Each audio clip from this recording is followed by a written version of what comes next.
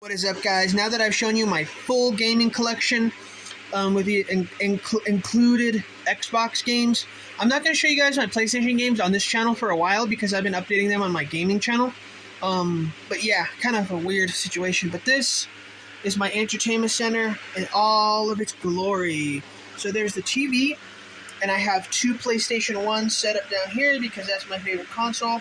I think it's cool to just continually play them, because I think consoles just wear out if they don't get enough use in them, but then they also wear out if they get too much use. So if you have three, they're likely to last longer. That's just my own opinion. That's not backed up by science. That's just my opinion that I have. Could be wrong. Look into it. So I have two PlayStation 1s down here, and I have my other PlayStation 1 up here. And what's cool is that I have the switch that allows me to change inputs right here. The first PS1 is on input 1. The second PS1 is on input 2, and the third PS1 is on input 3, and I'll show you how that works. So we got 1, we got 2, and then we got 3, and they're all model 9001s because I've heard that's the best model. Again, not backed by science. And I have all my memory cards right here. And then I have my PlayStation 1. I have all my favorite games right here, including an extra copy of Gex 3. So that way the one in the case does not get ruined, although both of them are, in fact, working copies. Some of my favorite games include 40 Winks, Ape Escape, Bubsy 3D, Croc Legend of the Gobbos, Floating Runner, Gex 3, Morta Chicken, Crash Bandicoot 2, and Crash Bandicoot 3. And I have some of my other favorite games. Well, I have the rest of my PS1 game collection here. Some of the ones that my dad bought me for Christmas include PlayStation Underground Jam Pack Summer 2K, Asteroids, Cardinal Sin. Let's see, my dad also bought me Test Drive Off-Road Fury 2, Walt Disney's The Jungle Book, and that's it. And Battlestar Galactica for the PS2, but that's later. So I have my two remotes. I have my PS1 Slim that's broken, and then I have some other discs in here that don't have the case, but I'll show you that on my gaming channel. And then I'm just going to show you guys the rest of these consoles up here before I move on. I have a black Wii with my only Wii game, which is Pinball Hall of Fame, the Williams collection. My dad bought me that for Christmas one year.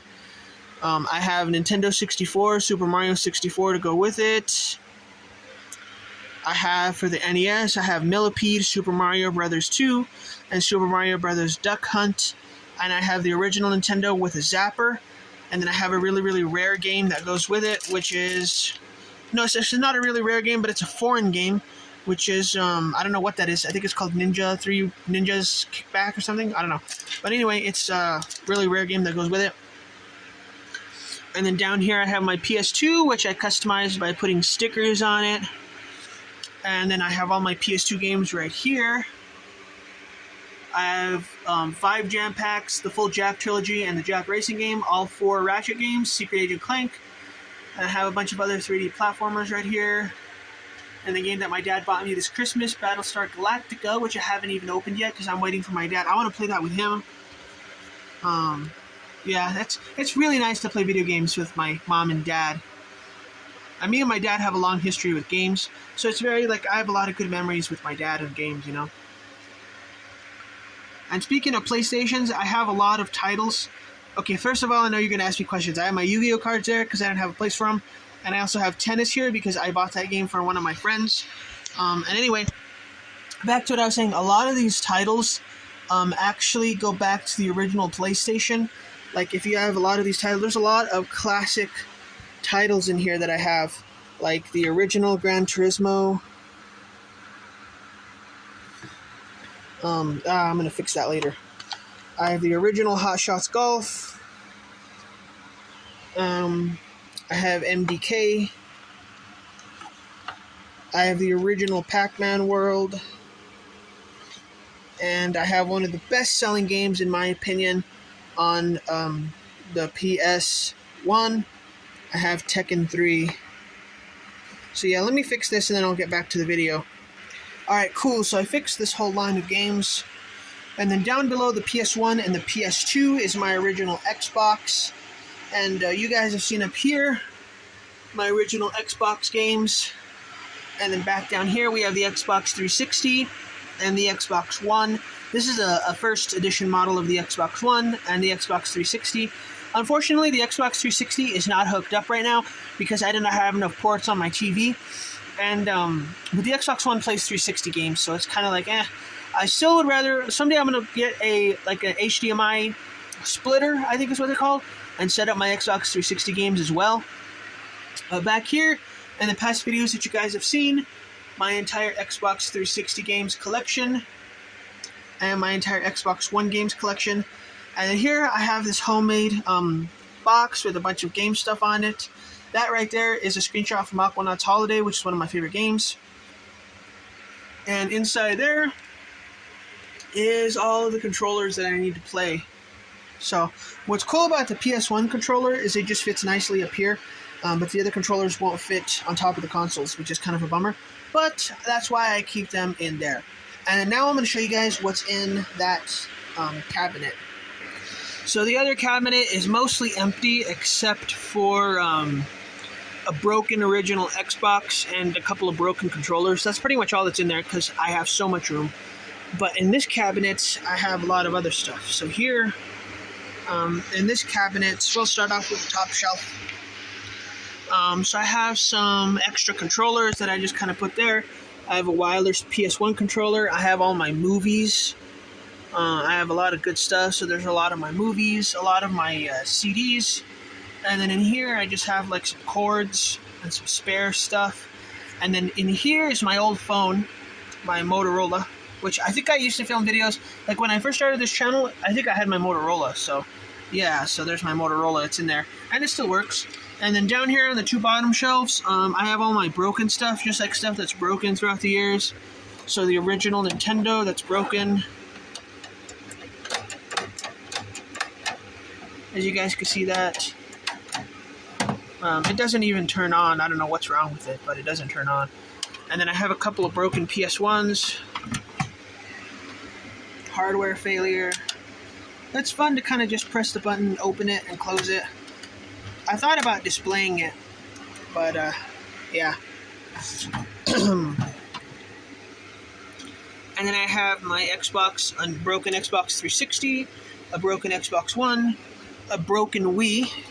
I should post a video. I had it on my gaming channel, but so this Wii I paid, so I found it at a thrift store for $3, and what was crazy is that it was actually a half off electronic sale, so I actually got this Wii for $1.50, which is crazy, but it was working. Well, they said it was working. I never tested it, but it had some like dents in it, and it was missing some stuff. I personally didn't think it was going to work. I wasn't sure. But yeah, but anyway, what I did to this Wii, since it was not this broken. Let me just say that it was not this broken.